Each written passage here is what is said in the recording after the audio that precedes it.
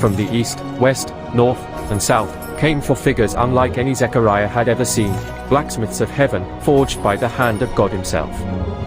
Their footsteps were like hammer strikes, their eyes burned with divine fire, and in their hands they carried weapons not made by human hands.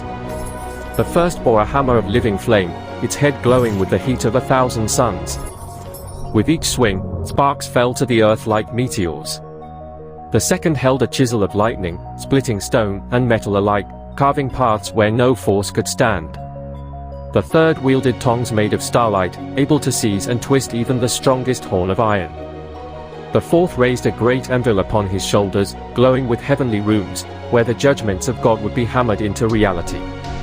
The horns roared in defiance, their massive shadows riding like beasts.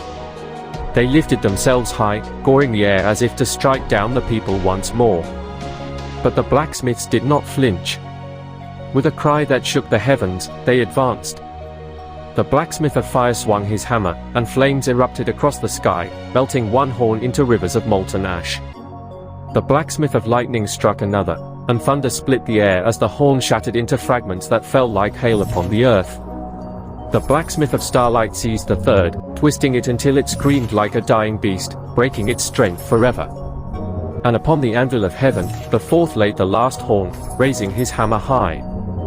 With a single blow, he smashed it into dust, the sound echoing across eternity. Silence fell. The horns were gone. The land, once crushed by powers too great for man, stood free beneath the watch of God. Zechariah's heart pounded as he beheld the vision, his spirit trembling at the mystery of it.